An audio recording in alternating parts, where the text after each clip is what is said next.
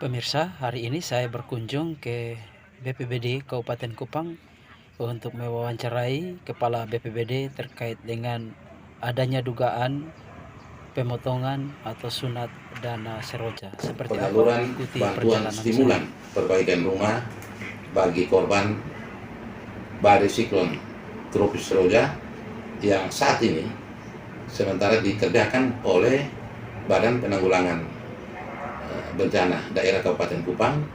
Ini sampai dengan kondisi hari ini terus berproses, dan dalam proses ini ada banyak tahapan yang sudah kami lakukan. Tahapan-tahapan ini juga sekaligus melaksanakan apa yang diamanatkan oleh BNPB melalui Surat Keputusan Kepala BNPB nomor 27A tahun 2021. Kita ada sekian tahapan pertama, tahapan persiapan sudah kita lalui, kemudian tahapan pemutahiran data itu juga sudah, dan sisa beberapa yang sementara akan kita lakukan, karena di dalam tahapan pemutahiran data ada dua kegiatan di situ yang harus kami lakukan. Kegiatan pertama, uji publik, itu sudah kita lakukan terhadap hasil review APIP BNPB yang tertuang di dalam SK by name by address BNBA, dan kemudian kami juga bersama-sama dengan tim teknis telah melakukan verifikasi dan validasi ulang atas masyarakat penerima bantuan tersebut. Tahapan ini perlu dilakukan karena di dua kegiatan, baik uji publik maupun verifikasi validasi ulang ini dilakukan untuk menemukan 5 kriteria. Yang pertama, untuk mengetahui atau memastikan tidak terjadi nik ganda. Yang kedua, untuk mengetahui apakah korban telah menerima bantuan rumah pasca Seroja dari pihak selain pihak pemerintah atau dari pihak lain. Dan ketiga, untuk mengetahui apakah data yang diusulkan adalah data real atau data valid. Kemudian yang keempat adalah untuk memastikan atau mencocokkan kembali tingkat kerusakan yang tidak valid yang diusulkan oleh pemerintah desa dan kelurahan. Jadi seperti harusnya masuk kategori rusak sedang atau rusak ringan, tetapi ditetapkan dalam usulan itu rusak berat atau sebaliknya. Dan yang terakhir adalah untuk mengetahui atau mengetahui masih adanya masyarakat korban badai Seroja yang namanya tidak terakomodir di data BNBA, dan itu sudah kita lakukan. Kondisi hari ini dalam konteks pelaksanaan verifikasi validasi ulang, yaitu bahwa per kemarin itu kita kondisinya hasil atau jumlah rumah yang telah terverifikasi itu 10.739 rumah atau 97,30%. Sisanya ada 295 rumah, dan saat ini teman-teman tim teknis sementara menyisir kembali karena 295 nama ini disinyalir ketika teman-teman waktu melakukan verifikasi di lokasi tersebut yang bersangkutan tidak berada di rumah, dan ini sementara disisir kembali. Dari jumlah ini kemudian dibuat atau ditetapkan dengan surat keputusan Bupati Kupang, dan kita sampai hari Minggu yang kemarin itu yang telah tersalurkan pencairannya sebanyak 9.100 rumah. Nah, kita tidak tahu hari kemarin dan hari ini berapa jumlah yang sudah cair, dan saya bisa pastikan bahwa kalau 9.100 ditambah dengan hari kemarin dan hari ini, dia mungkin sudah di atas 9.500-an. Dari data ini kami masih tetap optimis bahwa per 31 Desember dana ini bisa diterima oleh masyarakat. Nah, kemudian yang tahapan berikut sesuai dengan SK 27A itu adalah kegiatan sosialisasi, itu juga sudah kita lakukan. Kemudian tahapan pelaksanaan perbaikan dan konstruksi juga sementara dilakukan, dan nanti kita sementara ini menyiapkan dokumen administrasi untuk tahapan pertanggungjawabannya. Perlu saya sampaikan juga bahwa di dalam seluruh proses tahapan-tahapan ini, tim ini juga di dalamnya termasuk tim koordinasi pelaksanaan penyaluran bantuan dana Seroja ini, yang keanggotanya antara lain juga terlibat di dalamnya unsur Forkopimda. Nah, kami perlu menjelaskan juga bahwa tahapan yang kami lakukan tidak keluar dari Juklak. Dan ini diawasi langsung tidak hanya oleh BNPB dan BPBD Provinsi, tapi juga diawasi oleh tim koordinasi. Itu setiap minggu kami wajib melaporkan ke BNPB melalui BPBD Provinsi, juga wajib menyampaikan informasi laporan kepada Pak Bupati. Manakala terjadi atau didapati ada kasus-kasus yang sifatnya situasional, ada masyarakat yang mungkin merasa tidak puas dan minta klarifikasi langsung kepada Pak Bupati, maka saat itu juga kami dihadirkan oleh Pak Bupati untuk segera mengklarifikasinya. Nah, apa yang dilakukan ini dimaknai oleh kami sebagai staf yang melaksanakan tugas Bupati di lapangan. Inilah bentuk pengawasan. Ketika masyarakat ada mengadu atau ditemukan ada informasi-informasi bahwa ada kejanggalan di dalam pelaksanaan yang kami kerjakan, ini langsung dipanggil dan wajib hukumnya untuk kami mengklarifikasi. Tidak hanya Pak Bupati, unsur Forkopimda yang lain pun melakukan hal yang sama. Nah, ini sehingga di samping itu kami juga perlu menjelaskan bahwa di dalam seluruh tahapan proses ini juga kami didampingi oleh aparat pengawas internal pemerintah, dalam hal ini Inspektorat Kabupaten Kupang. Juga kami selalu membangun komunikasi secara periodik dengan BPKP, sehingga ketika kami didapati ada kekeliruan, ada kesalahan, kami harus segera memperbaikinya. Karena apa? Karena bagi kami dana ini adalah dana masyarakat, peruntukannya juga untuk kepentingan masyarakat. Kami BPBD bersepakat bahwa apa yang kami lakukan adalah sebuah pekerjaan kemanusiaan. Dan kami ini mungkin berkaitan, saya kembali lagi dengan SK27A. Di poin tahapan pemutahiran, itu di baik uji publik maupun verifikasi validasi ulang, di poin ke-3 itu menjelaskan bahwa kita wajib hukumnya melakukan kembali verifikasi validasi ulang atas penetapan kriteria kerusakan yang diusulkan oleh pemerintah desa atau kelurahan. Ini memang harus dilakukan, karena ketika kita melakukan dua kegiatan ini, khususnya di verifikasi dan validasi ulang, kami menemukan ada data fiktif di dalamnya.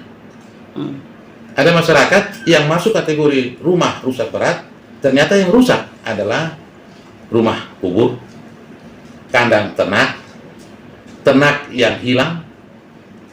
Nah, ini data-data yang fiktif. Bahkan kami juga menemukan bahwa tingkat-tingkat kerusakan ini, katakanlah yang rusak berat, sebenarnya kalau dilihat dari fisik itu 2 lembar saja yang hilang. Setelah kami telusuri, kami melihat bahwa sebenarnya yang dinilai oleh masyarakat pada tahun kemarin dia masuk kategori rusak berat, atau oleh pemerintah desa atau kelurahan ataupun oleh tim-tim yang lain, itu dia mengaitkan atau menghitung termasuk di dalamnya kerugian harta benda, sehingga perintah SK27A harus dilakukan verifikasi. Acuannya apa? Acuannya juga jelas, ada di dalam peraturan BNPB nomor 5 tahun 2017. Itu sudah jelas, bagi rumah permanen tingkat kerusakan 0 sampai 30% dia masuk dalam kategori rusak ringan, 31% sampai dengan 70% dia masuk dalam kategori sedang, dan di atasnya itu dia masuk kategori berat. Yang dimaksud dengan kategori ringan itu apa? Itu terdapat kerusakan, tapi rumah masih bisa masih bisa berfungsi. Sama halnya juga di rusak sedang terdapat kerusakan rumah, tetapi ada sebagian yang masih bisa ditempati. Kalau yang rusak berat memang tidak bisa ditempati lagi. Pertanyaannya, apakah ketika kami mendapati hanya 2 seng rumah yang rusak, tetapi BNBA rusak berat, kami harus bayar 50 juta? Berarti kami menyalahi ketentuan aturan ini. Nah, ini sebenarnya sudah dijelaskan oleh tim teknis dan diaminkan oleh pemilik rumah, oleh pemerintah desa. Bahkan kalau ketika itu ada aparat Babinsa atau Bupati Kamtipmas, itu diaminkan, dan buktinya ada di tanda tangan di lembaran verifikasi validasi. Sehingga ketika dia terjadi penurunan dari berat ke ringan atau ke sedang, sudah diketahui. Nah, kemudian di dalam tahapan pencairan ini juga ada 3 kategori kerusakan: ringan, sedang, berat. Tapi juga ada yang terima normal, ada yang berkurang nilai nominalnya sesuai dengan hasil verifikasi yang telah ditetapkan dengan SK Bupati. Nah, kemudian di dalam lembar rekomendasi yang diberikan itu juga pada poin terakhir sangat jelas dijelaskan bahwa sisa dana yang tidak terpakai segera dipindahkan kembali ke rekening DSP BPBD Kabupaten Kupang per tanggal pencairan dari yang bersangkutan. Ini kemudian terjadi ada angka-angka di dalam buku rekening. Saya pikir ini karena sistem perbankan. Karena begini, ketika bulan Juni, jadi uang ini tidak dalam bentuk BLT, uang tunai. Dana yang dikirim ke Biro BPBD harus diserahkan kepada masyarakat melalui transfer. Ketika bicara transfer maka harus ada rekening. Nah, per bulan Juni kami untuk kepentingan efisiensi dan percepatan pencairan, kami minta untuk pihak BRI membuka rekening penerima sesuai SK BNBA. Rekening ini kemudian dipindah bukukan uang dari Biro ke rekening itu. Tapi semua dalam kondisi terblokir. Jadi saya penerima dalam BNBA tapi tidak dibuka rekening, tapi satu rekening sudah ada karena diminta oleh BPD untuk ada rekening. Nah, ketika rekening ini sudah ada, uangnya ada dititipkan di rekening itu tanpa bunga, tanpa pajak. Ketika SK Bupati masuk ke BRI untuk percetakan buku dan sebagainya, itu sudah terbaca di situ bahwa saya berhak hanya 10 atau 25 juta akan terbaca itu. Sehingga ketika pada bulan berikut atau minggu berikut saya pergi untuk melakukan pencairan, maka yang dicairkan adalah sesuai dengan SK Bupati. Hasil verifikasi ulang. Nah, kapan masyarakat melakukan aktivitas administrasi perbankan?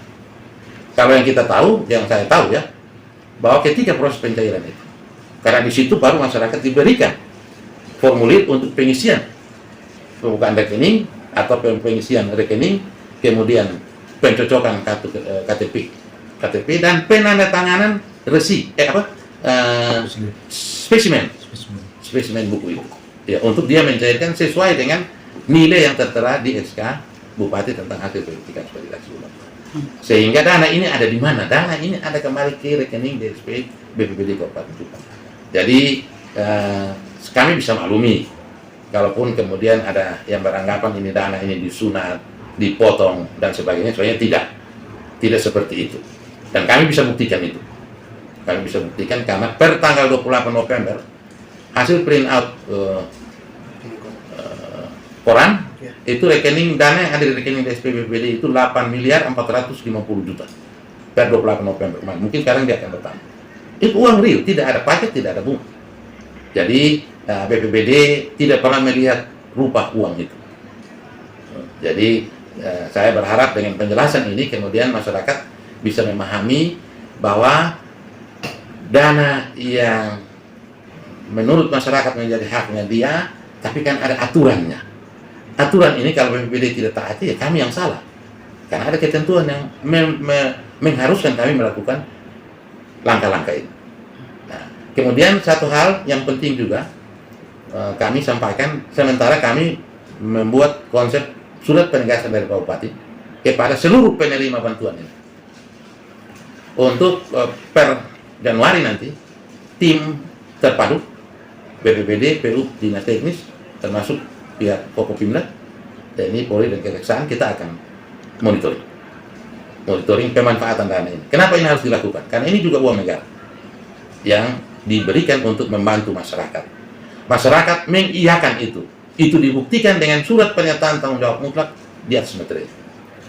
Jadi ini kita kepada masyarakat, tapi saya tetap percaya bahwa masyarakat menganggap ini berkat besar untuk memperbaiki rumah mereka, dan ini pasti sudah dimanfaatkan. Tetapi dalam konteks tanggung jawab kami harus melakukan monitoring sebagai bentuk dari pengawasan pemanfaatan dana ini.